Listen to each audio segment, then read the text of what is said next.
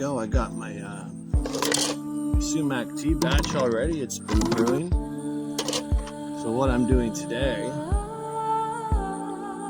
is I'm going to filter out all the stuff, put it in bottles. It has a sour smell to it, so it's been fermenting. So I'm just going to separate. I think for now I'm just going to do a quick separation, and then I'll squeeze out the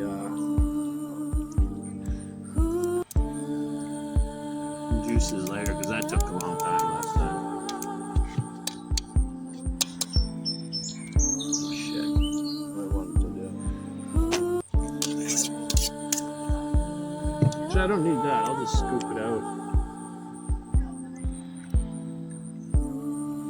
Just drain it quickly. There's going to be a lot of juices locked up in here, so I don't want to just...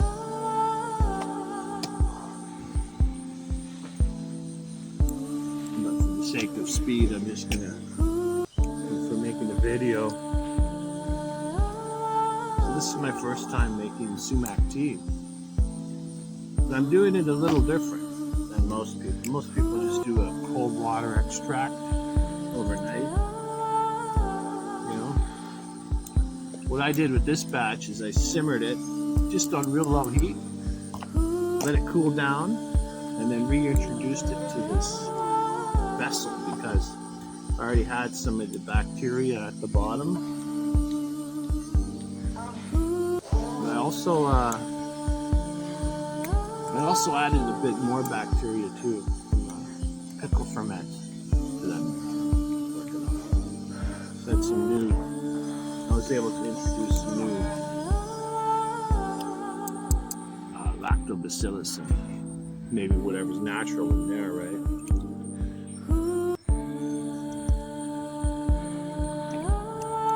But see, doing the simmer is going to reduce natural bacteria, right, that exist. You may not want, because you can always reintroduce fresh ones too, right? It's not a problem if you have a batch of fermented pickles or something.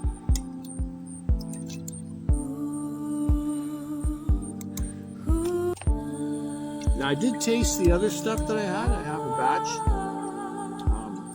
and it's not bad. Like,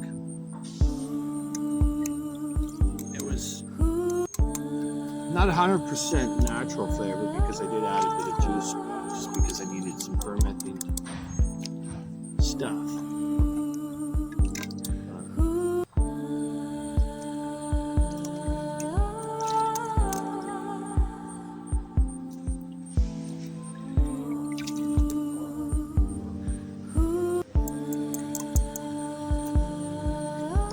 So it's about a week, usually ferments, they take about a week.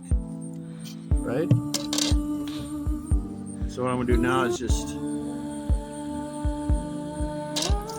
scoop it in here with the ladle.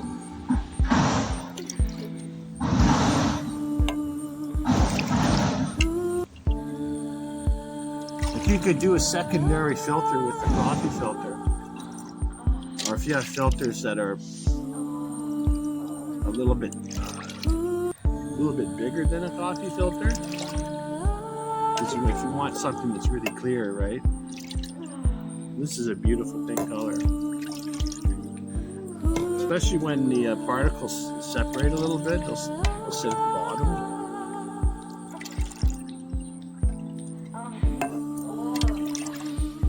So I'm just going to filter. These jugs seem to work okay because they're made for soda anyways, right?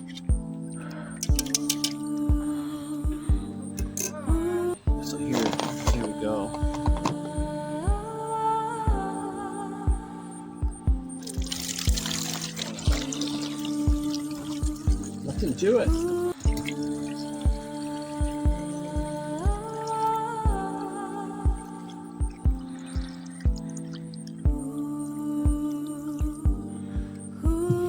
One down. That was a good estimate, eh? So what I'll end up doing is, once this is sealed, I'll be able to feel if there's pressure building up. And if there's no pressure, I can just add a bit of sugar, and that will kind of give the bacteria something to eat. And then that will,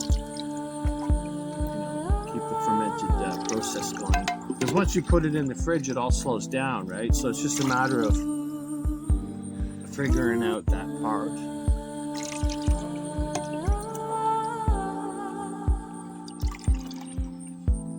See, this might be really concentrated too, because as you see, in like half the volume of the container is sumac.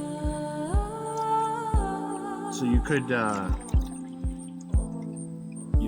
water it down and add some different flavor. But this should be really high in, really healthy for you. This is almost for sure. All the antioxidants. Now, because I only simmered it on low heat, it's like, they say steam your cucumber, because the heat starts to kill all the good things, denatures the vitamin C and stuff. They're heat sensitive. So a lower heat is sometimes better, right? Just steam it. So the same thing would probably apply for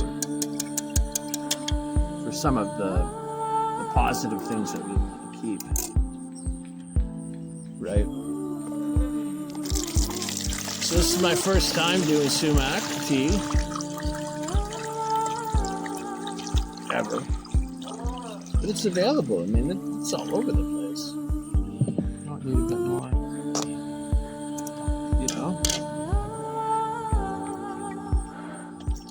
And I was thinking about other methods, right? Is to simmer it down real slow. If you don't care about the lactobacteria, you can simmer it down, make it really thick, right? And then use it as like a syrup. It should probably last in the fridge a while. And then you would just add it to water. And the funny thing is you could, if you're making sodas with water kefir, ginger bugs, or other things, you can still introduce the syrup, right, or the frozen product, right, and then just add sugar, add a little sugar, add a little bit of